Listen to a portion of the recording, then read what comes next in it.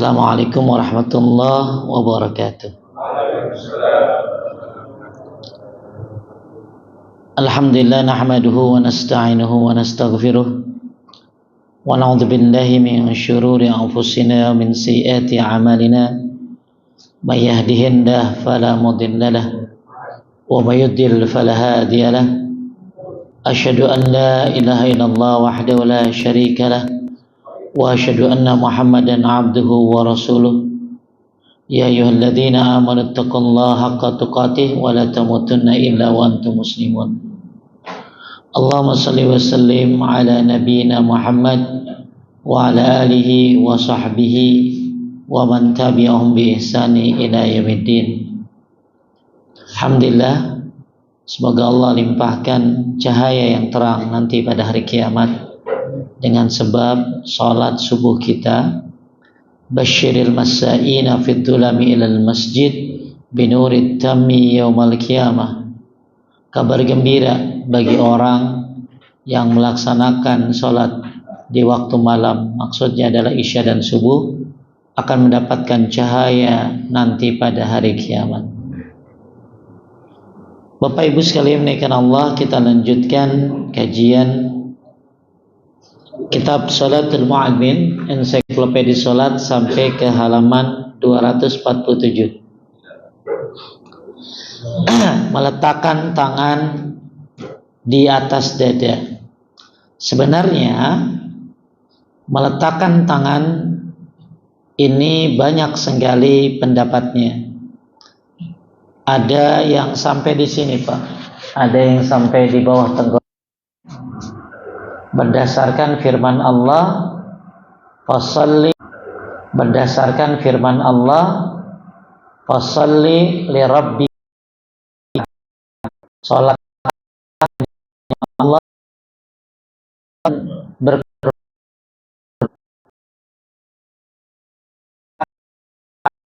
itu di sini.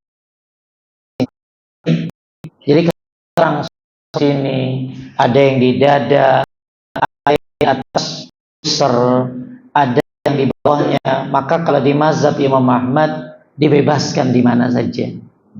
Ya, yang penting bukan di mulut, itu aja. Kalau Bapak lihat dalil tentang kita lihat di mazhab Syafi'i, di mazhab Hanafi misalnya. Kalau di mazhab Hanafi pusar.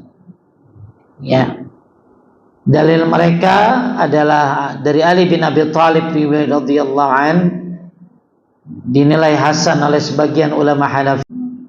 Mau meletakkan tangan dimanapun itu hukumnya sunnah, bukan wajib. Ya, jadi kalau ada orang sholatnya tangannya seperti mazhab Maliki, itu Bapak sering lihat orang mazhab Maliki itu tangannya begini dia. Malik itu tangannya begini dia, ini tapi begini, ya, maka itu sah. Kenapa banyak yang ribut? Karena kita nggak tahu. Kalau orang ninggalin rukun, maka dia batal sholatnya, walaupun sengaja atau tidak sengaja. Kalau orang ninggalin wajib dalam sholat, kalau nggak sengaja dia tinggal ganti sujud sampai salam. Kalau sengaja dia batal. Tapi kalau orang ninggalin sunnah dalam sholat yang jumlahnya hampir 37, maka dia tetap sah sholatnya. Hanya kehilangan keutamaan mengikuti sunnah Nabi Sallallahu Alaihi Wasallam. Jadi ketika ada orang yang menganggap sesat, orang yang tidak bersedekap di dada, atau ada orang yang seperti ini, kalau Bapak lihat di Mekah, di Madinah, biasanya mazhab Malik itu daerah-daerah seperti Afrika. Abu Hanifah tangan itu di mana? Di bawah pusar. Kalau di mana dalam pendapat lamanya ada qaulul qadim, ada qaulul jadid. Mazhab Malik pendapat lamanya itu boleh begini, nggak usah dekat. Tapi dalam pendapat yang barunya dari mazhab Malik boleh diletakkan di dada seperti riwayat dari Nabi sallallahu alaihi wasallam. Kalau di mazhab Syafi'i, tangan di atas dada, di bawah dada, tapi di atas pusar. Saya ulangi, kalau di mazhab Syafi'i di atas pusar, di bawah dada. Ya, hukumnya pun sunnah. Kemudian di mazhab Hambali dia disebutkan di atas dada, hukumnya juga sunnah. Makanya meletakkan tangan mau di mana? Di atas dada, meletakkan di atas pusar, mau di atas pusar itu maksudnya di bawah dada, di pertengahan, atau di atas pusar, atau di bawahnya, maka sah-sah saja. Akan tetapi penulis di sini, Dr. Wahaf Al-Qahtani, dia lebih menyukai tangan di mana? Di atas dada. Ya, di atas dadanya. Kita lihat dalilnya, lanjut. Tangan kanan berada di atas punggung telapak tangan kiri, pergelangan tangan dan lengan. Hal ini didasarkan pada hadis Wa'il bin Hujr. Dia bercerita, aku pernah mengerjakan sholat bersama Nabi SAW. Ketika itu beliau meletakkan tangan kanan beliau di atas tangan kiri pada dada beliau. Dalam nafas lain disebutkan, kemudian beliau meletakkan tangan kanannya di atas punggung telapak tangan kirinya, pergelangan tangan dan lengan. Baik. Bahkan Bapak suka ada orang kalau saya pernah lihat orang itu bukan begini, tapi begini. Pernah lihat seperti ini? Ya, itu bisa saja terjadi, Pak. Kalau sopnya terlalu rapat. Jadi kadang-kadang kalau orang terlalu rapat terus begini, itu bisa makan tempat. Ya kadang-kadang gini, Pak, kita kalau melaksanakan ini, hal-hal seperti ini harus lihat keadaan, nyakitin enggak? Misalnya tahiyat akhir Bapak gimana? Tawarruk kan? Ya, tawarruk itu miring begitu, ya. Tapi Bapak badannya lumayan gede. Yang kalau Bapak miring, orang bisa keinjak jempolnya.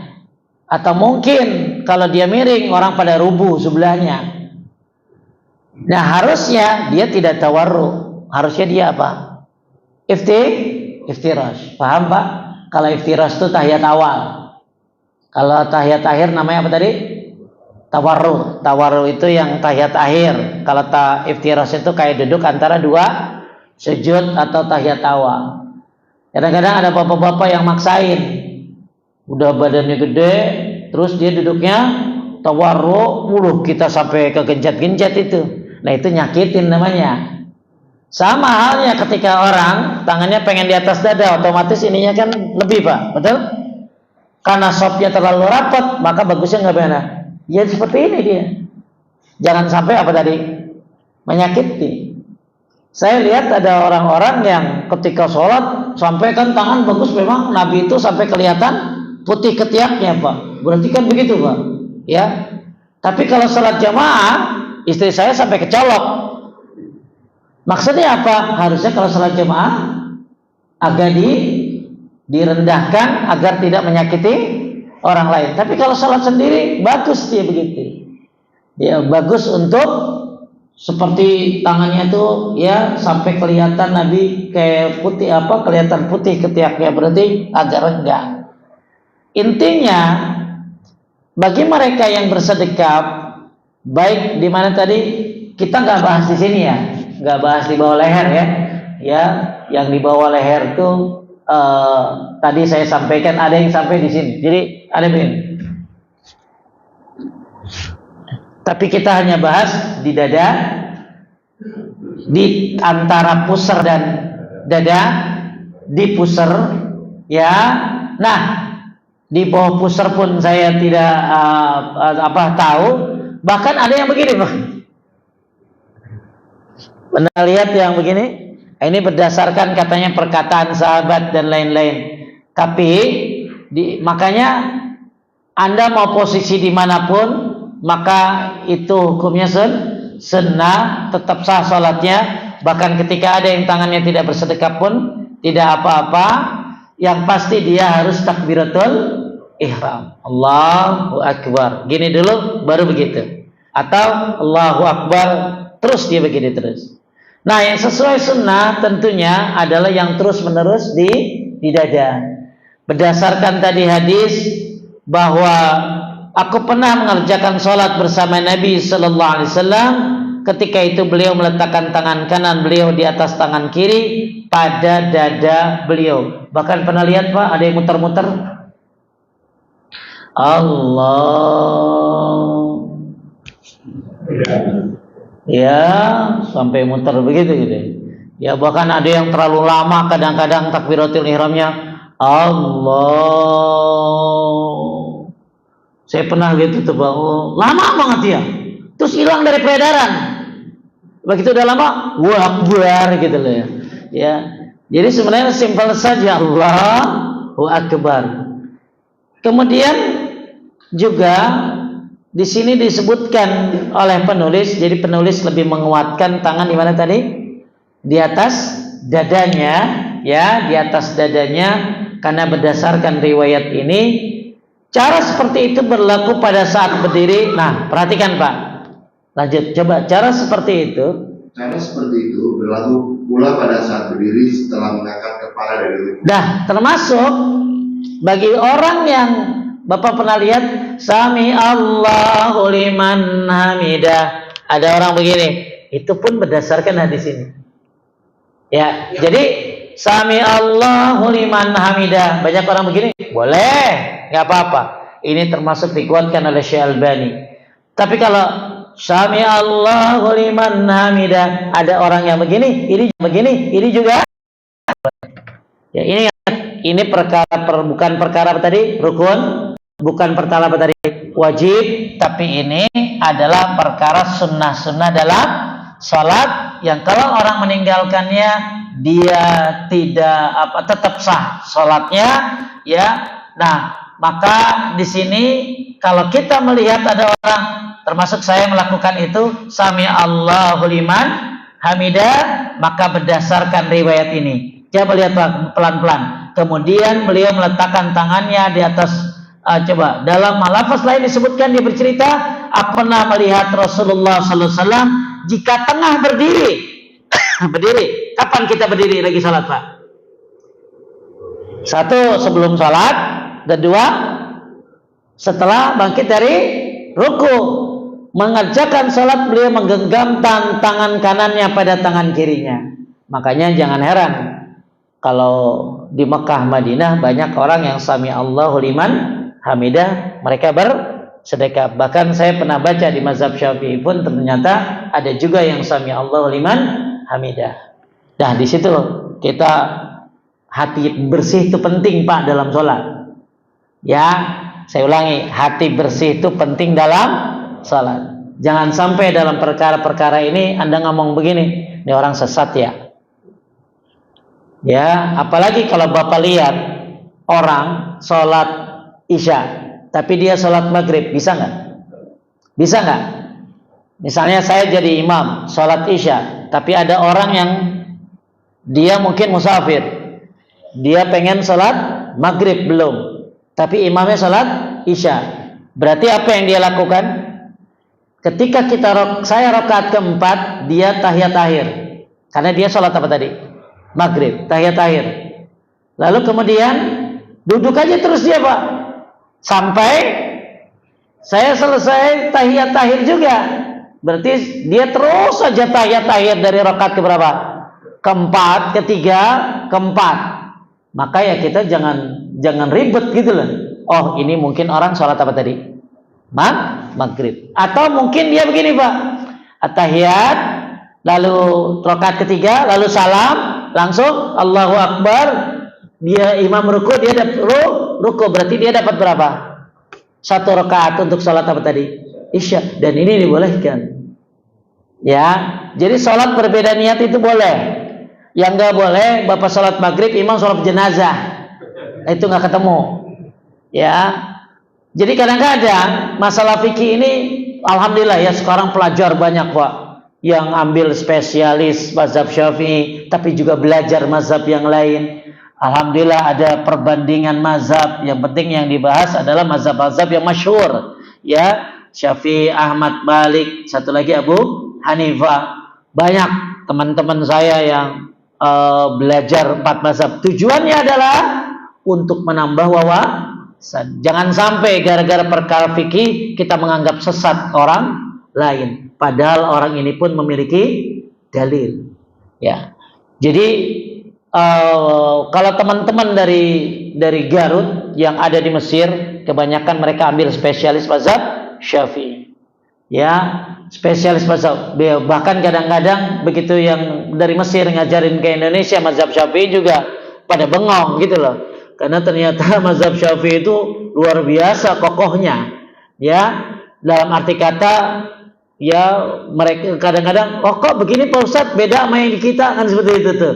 Ya, padahal mereka belajar begitu. Makanya buat para pelajar yang ada di masjid ini, ya bagus kali-kali ada beli kitab namanya Kitab Sahih Fiqh Sunnah ala Mazhabil Arba'ah, karya Abu Malik Kamal Said Salim. Beliau seorang anak muda Pak, mungkin usianya 40-an ya, tapi Masya Allah kitabnya mendunia karena membahas kitab fikih 4 mazhab secara detail, dari masing-masing mazhab itu apa saja dalil-dalilnya, kemudian diambil tarjih oleh beliau mana yang mendekati kebenaran. Bahkan beliau hampir 100 halaman bikin apa? Perubahan pandangan manusia. Mazhab Syafi'i berubah begini-begini. Ya, perubahan-perubahan itu ada manusia. Maka ada pendapat apa tadi? Ada pendapat lama, ada pendapat baru. Ya, ini untuk masalah fikih harus banyak apa tadi? Harus banyak legowo. Yang penting dalilnya sahih, itu yang pentingnya. Baik, jadi jangan sampai kita meributkan masalah-masalah fikih, apalagi masalah fikih ini adalah masalah memang khilafiyah. Baik, jadi kembali lagi untuk posisi bersedekap ini penulis. Nah, termasuk gini Pak. Bapak pernah lihat nggak orang kalau kita begini kapan? Kita begini kapan? Lagi tahiyat. Jangan heran, ada pendapat ulama, termasuk ada hadisnya. Itu orang tuh kalau begini tuh Allahu Akbar, begini. Setiap duduk antara 2 sujud dia begini.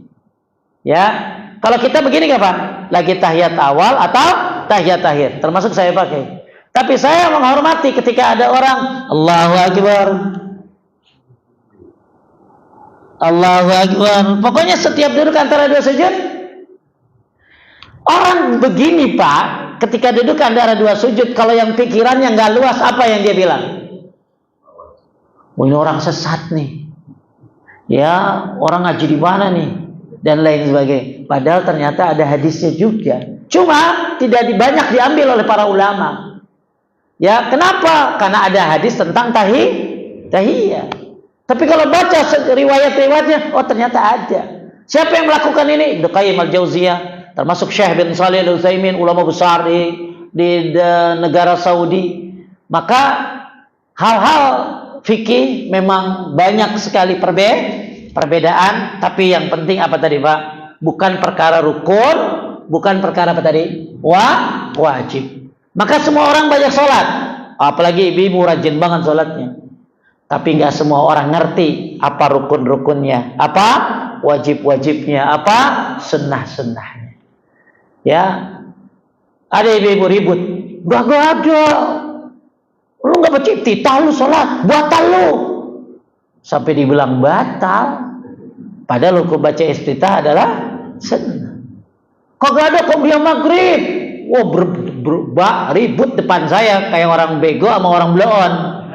Iya, ribut depan saya. Ini Pak dia ngerjain qobliyah maghrib. Ada kan Pak Ustadz? Kagak ada, ribut depan. Bu, qobliyah maghrib itu ada, tapi tidak muakkad, tidak ditekankan. Tapi yang mau ngerjain silakan, karena para sahabat juga mengerjakannya. Ini jadi kenapa banyak ribut? Karena kurang luas wawasannya. Maka Ini era apa ya sebutnya ya? Banyak, kalau dulu kan kita belajar satu aja gitu loh. Sekarang enggak, banyak orang belajar berbagai mazhab lalu diambil mana yang, kenapa? Kadang dalam kasus A Imam Syafi'i lebih menonjol. Dalam kasus B ternyata Imam Ahmad yang lebih bagus dalilnya. Dalam kasus C ini bukan talfiq. Kalau talfiq itu apa? Ngambil yang paling gampang dari mazhab yang tidak ada dalilnya. Contoh misalnya nazar, yang belum kawin nazar. Suka ada yang gini, saya mau nazar bu. Anda tahu kalau pendapat salah satu ulama, nazar itu lihat seluruh tubuhnya. Oh doyan banget dia kan begitu. Ya, kalau kita nazar gimana Pak? Lihat wajahnya. Tapi pendapat ulama yang lain, oh lihat seluruh tubuhnya. Ini ditolak. Makanya kemarin saya ngituin ada orang mau nikah. Ya saya mau nazar. Terus ditanya sama temennya, mau nazar gaya siapa lu? Oh saya mau nazar gaya ini. Saya bilang nggak boleh. Kenapa? Karena itu melihat seluruh tubuhnya. Nah, jadi ketika ada orang yang disebut talfiq itu dia mengambil sesuatu yang mudah dari mazhab bahkan yang nggak ada dalilnya. Maka Imam Hanafi mengatakan jangan ikut mazhabku kalau dia nggak tahu dalilnya. Jadi dia kalau mau ikut mazhab itu harus apa tadi? Tahu dalilnya. Makanya kita sedang membahas salah satu perbedaan dalam fikih, diantaranya dalam masalah tadi Pak, bersedekap. Jadi ada yang di leher, ada yang di dada, ada yang di tengah antara dada dan pusar, ada yang di pusar, ada yang mungkin di bawah pusar, sampai ada yang di sini. Mana yang ada dalilnya? Yang ada dalilnya intinya ada dalilnya kebanyakan yaitu di dada, ya. Maka penulis mengambil dalil di mana tadi? Di dada. Kenapa? Karena memang dalilnya menurut beliau lebih kuat. Tapi ada lagi yang mungkin bukan di dada tapi pertengahan antara dada dan pusar. Makanya dalam suatu perkataan ulama bebas di mana saja, ya, di mana saja, yang penting dia bersedekap, bahkan tidak bersedekap pun tidak apa-apa. Jadi bersedekap di sini menurut penulis Dr. Wahab Al-Qahtani ada dua. Yang pertama Allahu Akbar di dada, yang kedua Sami Allahu liman hamidah, bersedekap juga. Kenapa bersedekap setelah Sami Allahu liman hamidah? Karena dia pernah melihat Nabi kalau sholat di berdirinya ya tangannya apa tadi? Bersedekap. Sedangkan berdiri itu termasuk setelah kalimat Sami Allahu liman hamidah. Lanjut. Hadis di atas. Hadis di atas menjelaskan cara menggunakan tangan. Sedangkan yang lain menjelaskan cara meletakkan tangan kanan di atas tangan kiri di dada. Al-Allamah Ibnu Utsaimin bismillah mengatakan, jadi itulah dua cara tersebut, yaitu yang pertama penggenggaman dan yang kedua peletakan. Saya perhatikan, yang ada dua cara dalam menggenggam tangan. Yang pertama menggenggam, yang kedua meletakkan. Kalau menggenggam begini, ya seperti ini. Kalau peletakan begini. Jadi di sini ada dua, menggenggam dan meletakkan. Kalau menggenggam berarti megang. Dan bukan begini, tapi namanya orang megang kan begini tuh. Ya, ini namanya menggenggam. Kalau peletakan seperti ini. Ya. Nah. Lanjut. Dari Sahal bin Sa'ad radhiyallahu anhu, dia berkata, orang-orang diperintahkan untuk meletakkan tangan kanannya di atas lengan kirinya di dalam sholat. Abu Hazim mengatakan, aku tidak mengetahuinya, melainkan perkataan itu disadarkan kepada Nabi SAW. Saya pernah mendengar yang mulia Al-Allamah Abdul Aziz bin Abdullah bin Baz rahimahullah mengatakan, bisa jadi yang merupakan macam yang kedua dan bisa juga maksudnya seperti hadis Mu'ain. Taib, intinya ada dua cara peletakan. Yang pertama penggenggaman, yang kedua peletakan. Taib, inilah yang dipilih oleh penulis Dr. Wahab Al-Qahtani, bahwa hukum bersedekap di atas dada adalah sunnah, kemudian cara bersedekapnya dengan cara menggenggam dan meletakkan. Jadi dua-duanya silakan masing-masing bisa mengamalkannya, kadang yang model ini, kadang yang model ini. Mudah-mudahan ini anggap menghidupkan sunnah. Pak, ya kalau bisa sholat itu yang nggak boleh digantikan sholat itu apa Pak? Al-Fatihah. Itu yang nggak boleh diganti. Tapi yang lain-lainnya bisa bervariatif.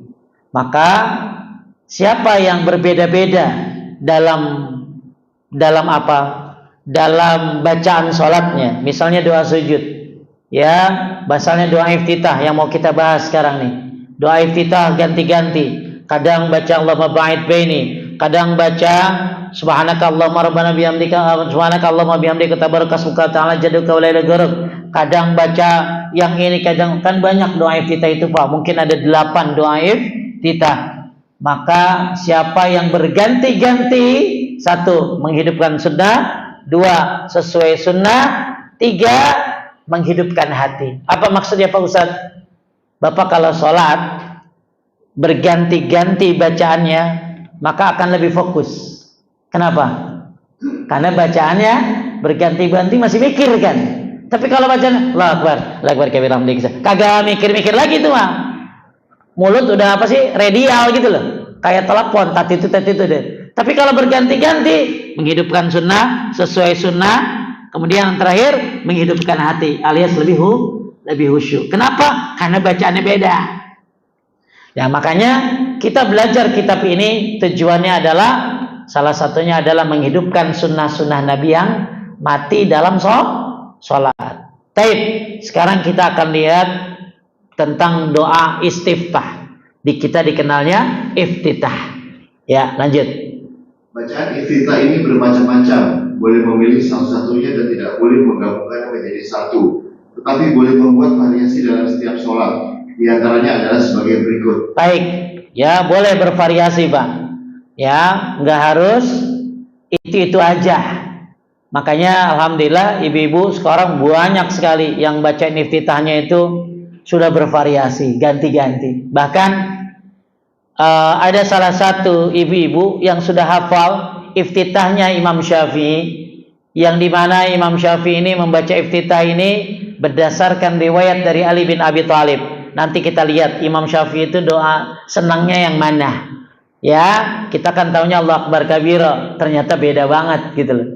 Kita lihat yang pertama dari Abu Hurairah. Dari Abu Hurairah radhiyallahu anhu, dia bercerita, setelah bertakbir dalam sholat, Rasulullah SAW berdiam sejenak sebelum membaca Al-Fatihah. Lalu menanyakan, wahai Rasulullah, ayah dan ibuku menjadi terdengarmu. Apakah yang kau baca pada saat kau terdiam antara takbir dan baca Al-Fatihah? Beliau menjawab, aku membaca. Lihat, ini orang kadang-kadang kalau bahas ini, lu iftitahnya Muhammadiyah ya? Ya, padahal bukan Muhammadiyah, bukan NU. Yang penting Nabi ngajarin.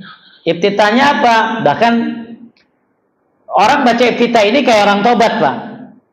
Jadi Bapak kan kalau salah sholat tobat. Tapi bisa saja Bapak setiap sholat tobat. Apalagi ketika sholat baca doa-doa tentang ampunan dosa. Salah satunya ini, coba lihat.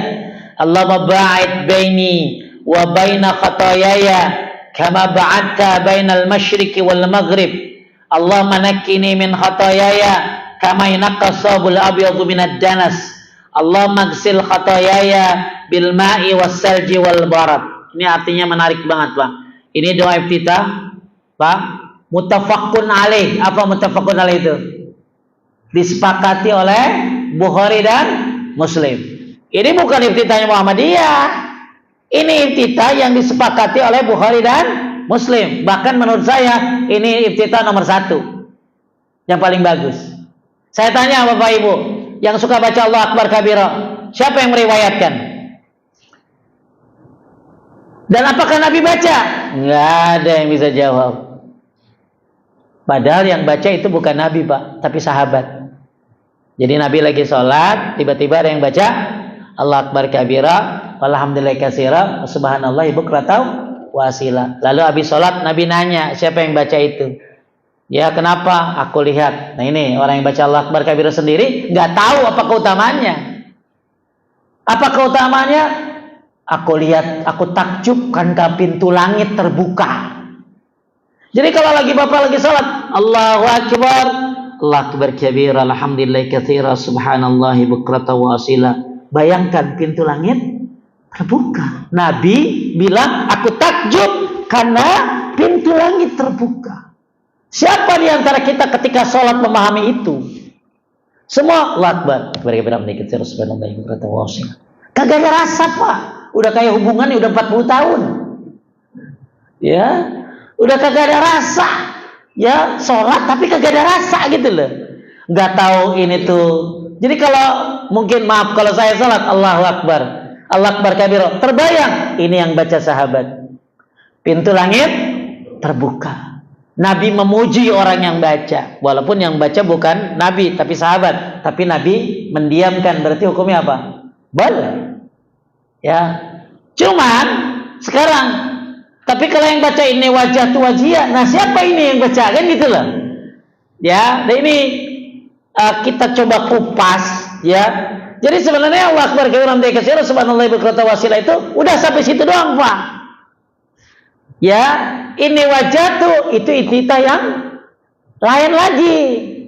Cuman dua digabung jadi satu, cuman kagak selesai. Coba kalau lihat nanti Bapak ini wajah itu kayak apa panjangnya. Baik, jadi yang pertama, Allah ba'id baini ini bukan iftitahnya Muhammadiyah. Ya, tapi ini iftitahnya Bukhari dan yang disepakati oleh Bukhari dan Muslim. Coba artinya, ya Allah. Ya Allah, jauhkanlah antara diriku dan kesalahanku sebagaimana Engkau telah menjauhkan antara barat dan timur. Ya Allah, bersihkanlah diriku dari berbagai kesalahan sebagaimana kain putih dibersihkan dari kotoran. Ya Allah, cucilah kesalahan-kesalahanku dengan es, air, dan embun. Taib, Masya Allah. Ini udah kayak orang tobat kan, Pak?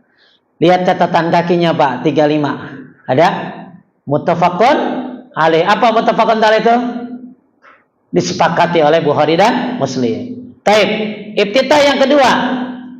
Pak, ini iftitah disukai oleh Abu Bakar, Umar, Utsman, Ali bukan yang ini kalau Ali, Aisyah, Ibnu Abbas, Ibnu Mas'ud, bahkan kata Ibnu Qayyim ada 10 keutamaan iftitah ini.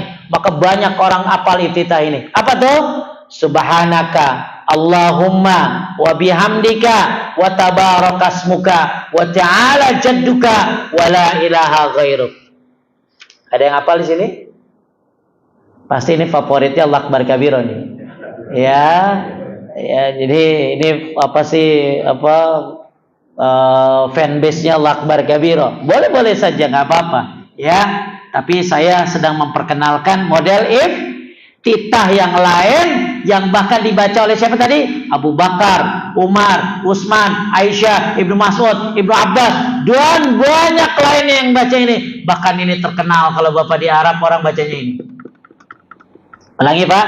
Subhanaka Allahumma wa bihamdika wa tabarakasmuka wa ta'ala jadduka wa la ilaha ghairuk. Artinya, Maha suci Engkau ya Allah, segala puji hanya bagimu.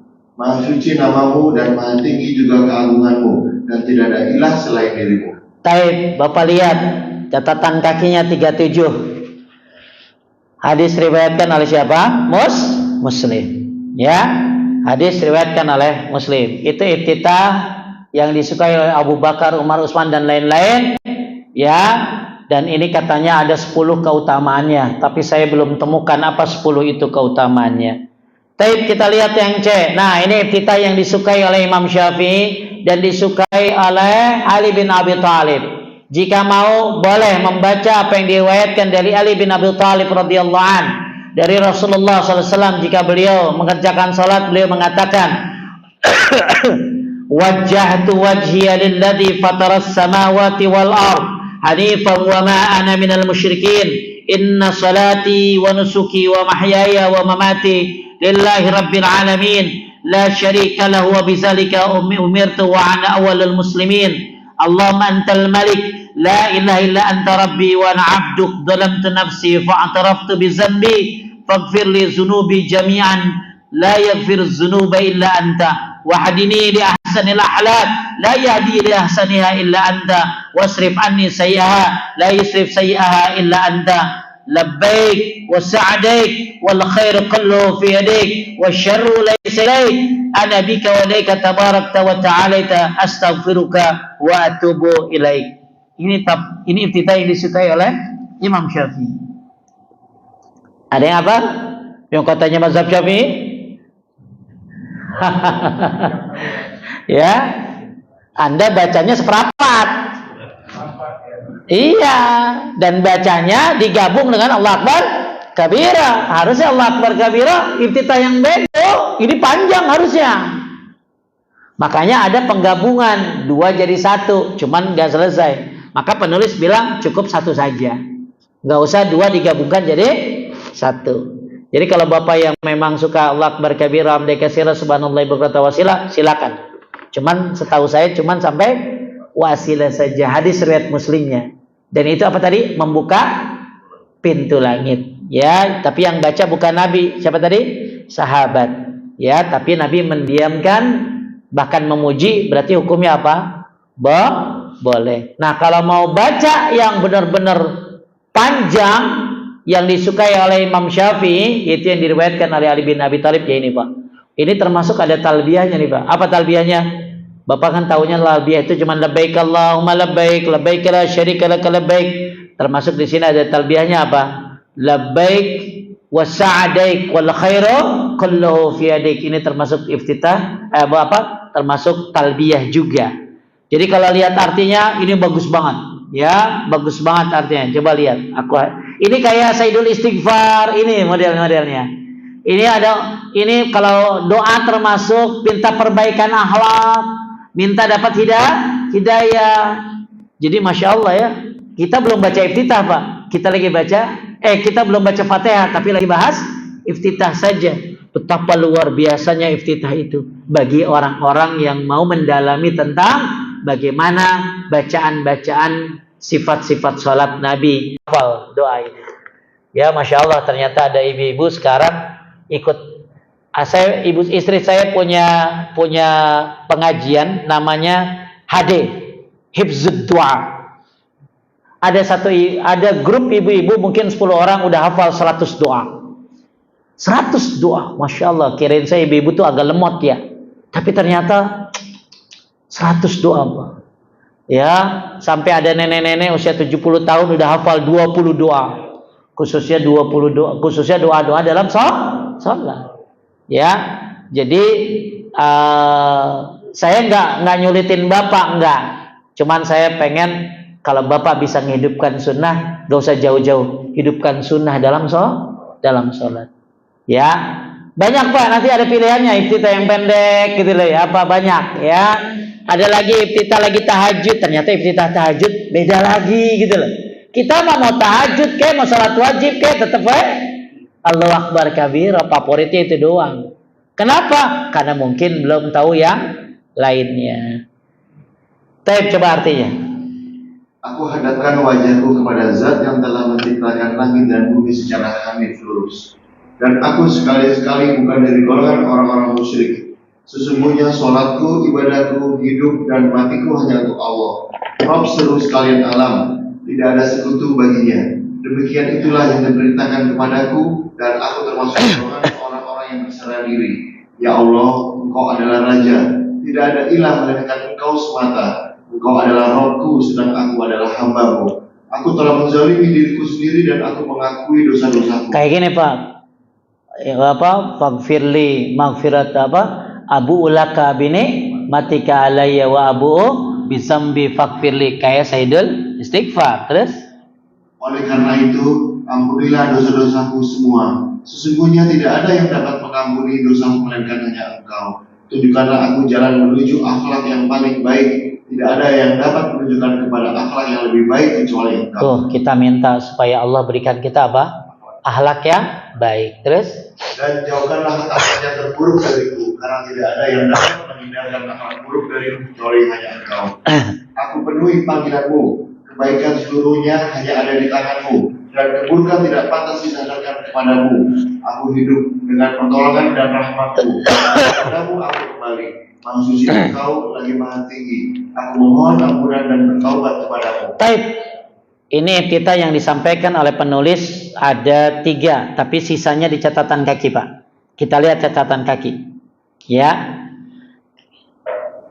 Di sini disebutkan dalam kitab Bulughul Maram, ya. Di antaranya ada doa-doa iftitah yang lain, ya. Saya pernah mendengar Imam Abdul Aziz Abdullah bin Baz menjelaskan ke Bulughul Maram, intinya cukup baca satu iftitah saja.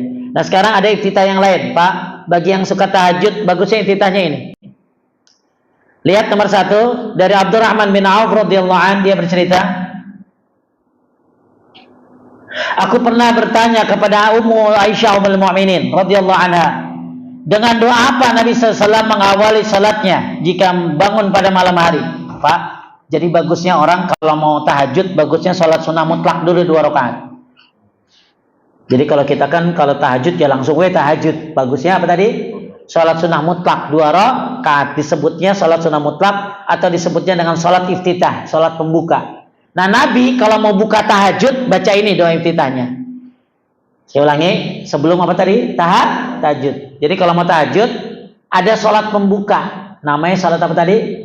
Iftitah. Kayak qobliyah kalau kita mah. Ya, ini qobliyahnya sebelum tahajud, disebutnya salat iftitah atau salat sunnah mutlak. Nah, Nabi kalau mau tahajud salat dulu 2 rakaat pembuka, lalu baca doa ini. Lihat bacaannya.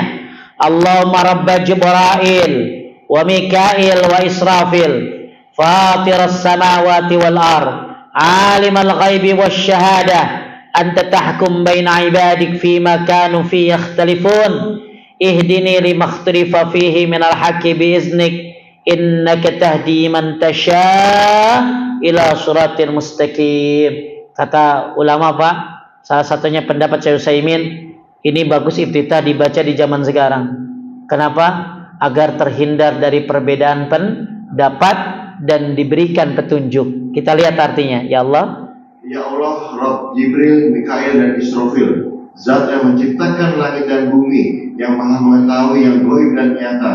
Engkau memberikan keputusan antara hambamu mengenai apa yang mereka perselisihkan. Tuh, kita minta keputusan dari Allah apa yang diperselisihkan. Terus, tunjukkanlah kepadaku yang benar dalam hal itu dengan seizinku. Sesungguhnya engkau memberi petunjuk ke jalan yang lurus kepada siapa saja yang engkau kehendaki. Taib, ini iftitah lagi ngapain, Pak? Salat sunnah mutlak sebelum salat tahajud. Ustaz, saya kagak hafal. Ya udah, baik Allah Akbar kabira nggak apa-apa. Nggak baca Allah Akbar kabira pun nggak apa-apa. Yang penting jangan sampai nggak baca Al-Fatihah. Ini kita lagi memperdalam, bukan mempersulit. Yang mau semangat ngikutin sunnah, barakallahu fiik. Oh, saya mau ngikutin sunnah. Nah, saya pengen sholat sunnah mutlak 2 rakaat sebelum apa, Bu? Tahajud. Saya pengen baca iftitahnya ini. Alhamdulillah ibu-ibu udah banyak yang hafal yang ngaji sama saya. Ya, udah sampai kita ada perlombaannya, Pak. Kalau bikin perlombaannya tuh kita bikin penyerahan sertifikatnya tuh ibu-ibu namanya ya EO kali dia mah ya, event organizer luar biasa. Kita mah yang nggak usah mewah-mewah, dia ngadainnya di Aston, dia ngadainnya di mana? Apa tuh Pak Ustadz? Penyerahan sertifikat hafalan doa ke-30, hafalan doa ke-50 sampai ke 100. Masya Allah ibu-ibu. Di situ kita bikin perlombaan doa-doa. Ya, siapa yang hafal doa iftitah sebelum tahajud, pada nunjuk ibu-ibu, Masya Allah senangnya. Ya ternyata ya memang ibu-ibu itu memang semangat di berbagai bidang, Pak. Termasuk ngapalin doa ya. Nah, ini doa kalau apa tadi, Bu? Salat sunnah mutlak sebelum tahajud. Kalau nggak hafal ya Allah Akbar kabira nggak apa-apa. Nggak hafal juga Allah Akbar kabira ya penting baca Al-Fatihah. Lanjut, ada lagi nih Pak dari Anas radhiyallahu an, bahwasanya ada seorang yang datang dan masuk ke dalam barisan sholat dengan napas terengah-engah seraya membaca. Ini paling pendek Pak. Coba baca. Alhamdulillahi hamdan katsiran mubarakan fi. Ini jadi gini Pak. Allahu Akbar, alhamdulillahi hamdan katsiran mubarakan fi. Udah, boleh iftitah kayak gitu. Ini iftitah paling pendek. Lebih pendek daripada Allah Akbar kabira, walhamdulillahi katsira, subhanallahi bukratan wa asila. Ya, ini juga boleh dibaca. Ini termasuk doa apa tadi? Iftitah. Yang ketiga, lihat dari Ibnu apa keutamaannya Pak Ustadz baca yang tadi? Apa tuh? Hamdillahi hamdan katsiran mubarakan fi. Lihat di belakangnya. Sungguhnya, lanjut. Sesungguhnya aku telah melihat 12 malaikat datang berbondong-bondong untuk merenggut-Nya. Siapa di antara mereka yang akan membawanya naik ke atas? Allahu Akbar, alhamdulillahi hamdan katsiran mubarakan fi. Ternyata 12 malaikat turun berlomba-lomba, berbondong-bondong, pengen ngapain? Pengen bawa itu iftitah naik ke atas langit. Ya, masya Allah ini Pak, ini pendek tapi pasti favoritnya banyak ini. Ya ini saingannya apa tadi Pak? Allahu Akbar kabira. Kemudian yang ketiga, nah ini baru Pak favorit berapa nih? Lanjut dari Ibnu Umar. Dari Ibnu Umar radhiyallahu dia bercerita, ketika kami sedang mengerjakan sholat bersama Rasulullah SAW, tiba-tiba ada orang dari suatu kaum yang membaca Allahu Akbar kabira walhamdulillahi katsira subhanallahi bukratan wa asila. Artinya Allah Maha besar, sangat besar, segala puji bagi Allah. Sebanyak-banyaknya masuk si Allah pada pagi dan sore hari. Maka Rasulullah SAW bersabda, aku sangat terheran dengan dibukanya baginya pintu-pintu langit. Jadi nanti kalau baca iftitah Allah Akbar kabira, bayangin apa tadi Pak? Pintu langit terbuka, dan ini dibaca oleh sahabat, dan Nabi takjub dengan doa iftitah ini karena pintu langit terbuka. Ya. Jadi tetap yang Bapak baca ada dalilnya. Cuman di sini maaf, cuman sampai wasilah doang. Karena hadisnya memang sampai situ, riwayat Muslim. Tapi kalau ini wajahtu dan lain sebagainya, sebenarnya itu panjang yang diriwayatkan dari siapa tadi? Ali bin Abi Thalib. Ini kajian ilmiah ya. Ini kajian ilmiah, ini kajian membuka wawasan. Ya, mudah-mudahan Bapak Ibu bisa menghidupkan sunnah-sunnah Nabi yang lainnya selain Allahu Akbar. Ada lagi Pak, lanjut. Ini kalau tahajud nih. Kalau tahajud kan tadi sebelum tahajud. Tadi tuh, ya salat sunnah apa tadi? Mutlak. Ya, baca Allah Baraba Jibril. Nah, sekarang lagi tahajudnya, lanjut. Dari Asim bin Hamid dia bercerita, aku pernah bertanya kepada Aisyah radhiyallahu anha, doa apa yang Rasulullah SAW pergunakan untuk membuka Qiyamul Lail? Beliau Aisyah menjawab, engkau telah bertanya kepadaku tentang sesuatu yang belum pernah ditanyakan kepadaku oleh seorang pun sebelummu. Jika bangun malam, beliau membaca takbir 10 kali, tahmid 10 kali, tasbih 10 kali, tahlil 10 kali, dan istighfar 10 kali selain berucap. Nah, ini doanya Pak. Allahumma. Jadi gini bacanya.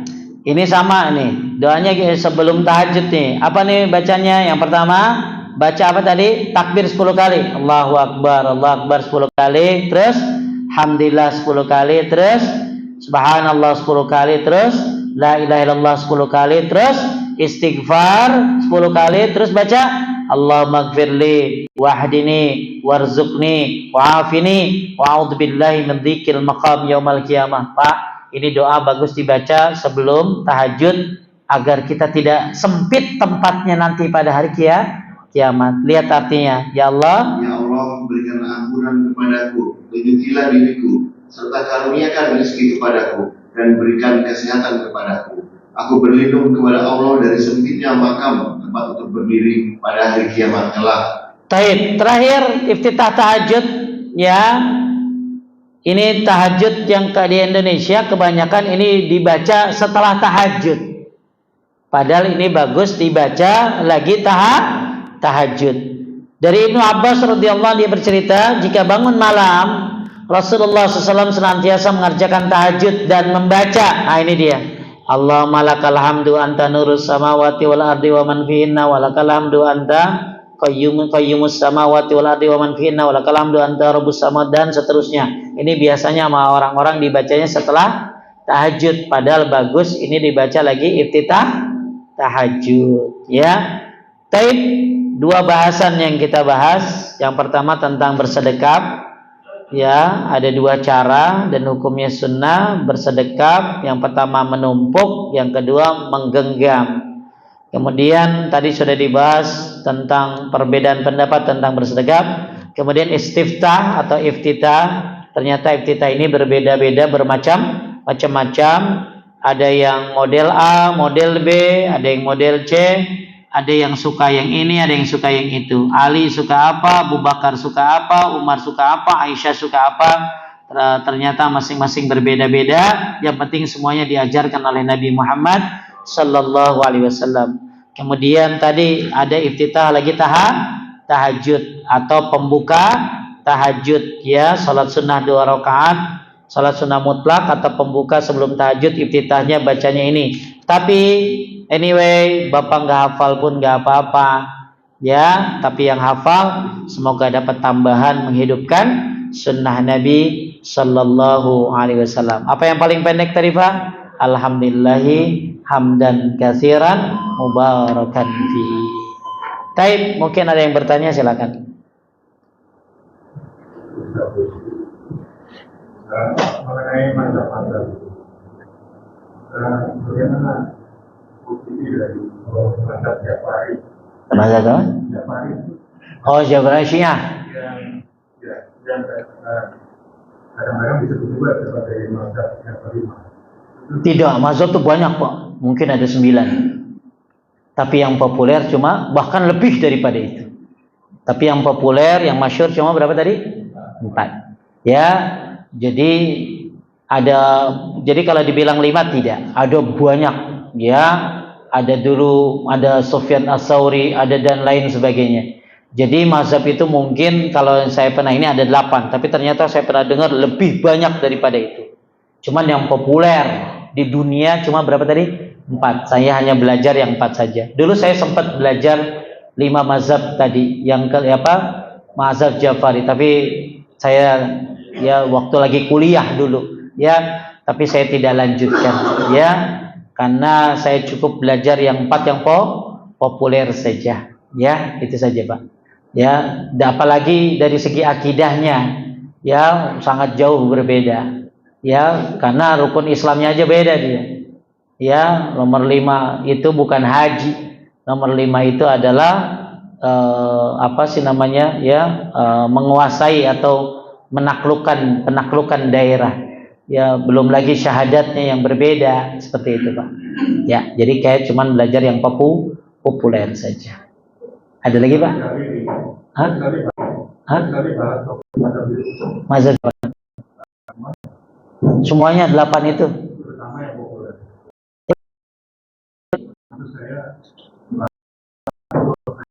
Wah, lembar. Ya, bagus sih kalau mau Bapak beli bukunya. Apa tadi namanya? Udah diterjemahkan, Pak. Namanya Shahih Fiqih Sunnah.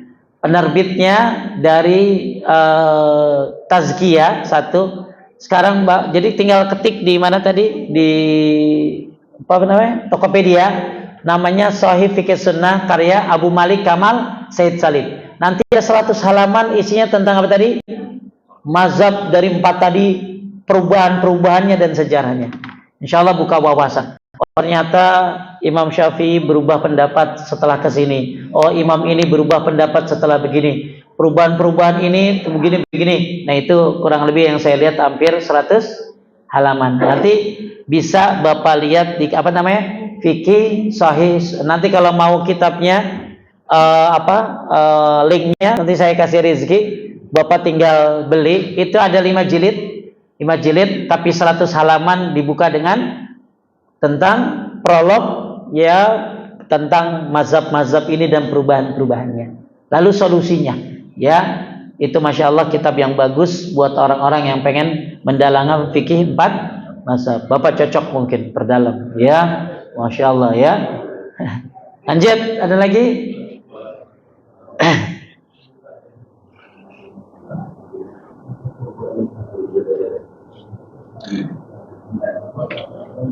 Ini yang masih muda, ini kan anak-anak hafiz nih, lebih mudah ngapalin.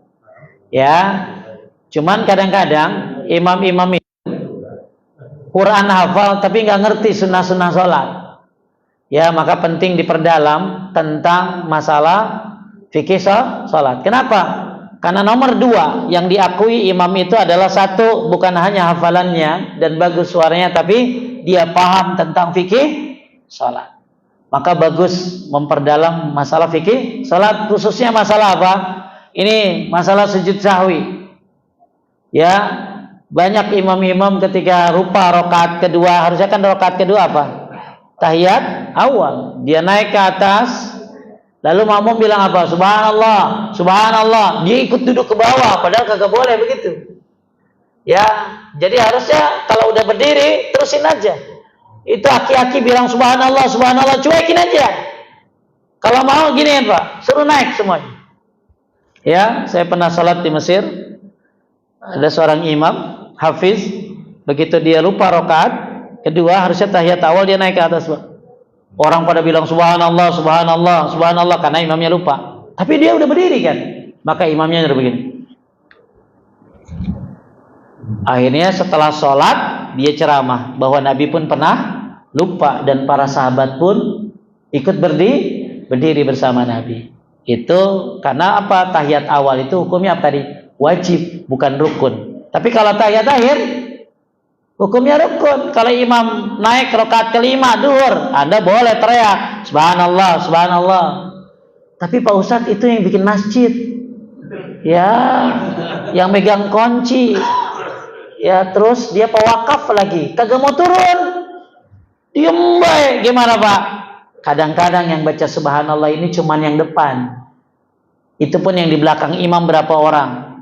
Maka imam mungkin berkeyakinan gua benar, dia salah. Maka harusnya diikuti oleh yang lainnya. Subhanallah, subhanallah. Kagak paham juga dia, memang egois aki-aki. Ya, maka Bapak tahiyat akhir saja. Nungguin dia selesai. Begitu salam baru dialog. Pasang CCTV kalau mau. Nih, Bapak lupa itu rakaat kelima. Nah, nanti dia sujud sahwi, maka Anda tidak usah sujud sahwi karena Anda sudah salam. Banyak pernak-pernik dalam salat yang harus diketahui oleh para imam. Ya, saya pernah mendapati imam-imam yang kurang paham dalam masalah fikih salat. Tapi bacaannya bagus, luar biasa. Makhrajnya bagus, Fatihahnya bagus, bacaannya panjang, hafiz. Tapi fikih salat kurang diperdalam. Ya, gimana? Ada bacaan-bacaan Nabi kalau salat zuhur apa, asar apa, maghrib apa, isya apa, subuh apa. Ya, bacaan-bacaan Nabi gimana dan lain sebagainya. Jadi, ya sempurnakan hafalan Qur'anmu dengan mempelajari fikih-fikih dalam salat. Insyaallah, masyaallah. Ya, saya demen banget udah hafiz tapi juga fikih salatnya bagus. Karena al-imam dhamin. Maka Nabi itu ngedoain, Allah maghfir lil muazzin wahdi lil a'immah. Maaf. Berikan ampunan buat muazzin, berikan petunjuk kepada imam. Nabi doain supaya imam dapat petunjuk. Ya, maka penting menjadi imam-imam yang punya wawasan fikih yang luas. Ya. Taib, kalau nggak ada yang bertanya, ya. Tergantung kasusnya. Ya, kita akan bahas sujud sahwi setelah Bapak paham rukun mana, wajib mana. Kalau belum hafal, agak susah tuh bahasnya, Pak. Ya, jadi nanti kalau udah pembahasan sujud sahwi, saya kasih fotokopi. Judulnya rukun dan wajib. Mana rukun, mana wajib. Nanti setelah paham, baru enak banget bahas sujud sahwi. Sujud sahwi ini ada yang sebelum salam, ada yang sesudah salam. Boleh, tapi kalau yang tadi nggak ngikutin imam yang kasus tadi, karena Bapak sudah selesai. Bahkan ada orang, Nabi pernah gini Pak, Nabi pernah salat duhur atau asar 2 rakaat yang harusnya 4. Kemudian Nabi dikasih tahu, apakah engkau lupa? Apakah salat diringkas, maksudnya dikosor? Ya, akhirnya Nabi pindah tempat malah. Nabi udah pindah tempat. Lalu begitu Nabi maksudnya tahu kalau salah, akhirnya beliau sujud tambah 2 rakaat lagi, baru kemudian salam, baru sujud sahwi. Jadi sujud sahwi itu tetap berlaku walaupun sudah pindah gerakan, walaupun sudah pindah tempat. Yang penting wudunya tidak batal.